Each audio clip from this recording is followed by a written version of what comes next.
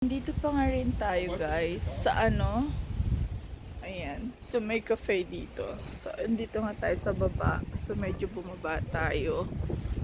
Ayan, ayan pa rin yung ating pinanggalingan kanina.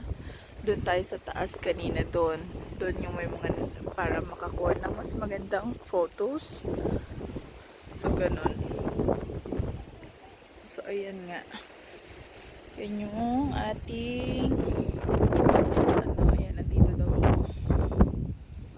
So yan, ayan siya. So ayan yung kapaligiran dito.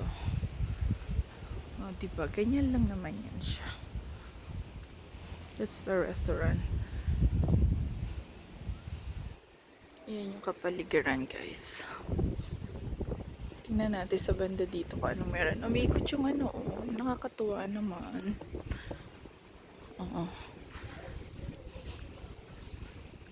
So yan. Paikot lang yung bistro. So as you can see, ayun yung ating kapaligiran niya. O diba? Dito tayo. May mga halaman pa dito. Ayan nasa hindi ko abot yun sa taas, kaya sorry ako. Ayan umiikot guys yung bolang bilog. So ayan, kita nyo iba-ibang klase ng pines ang makikita nyo dito. So ganyan.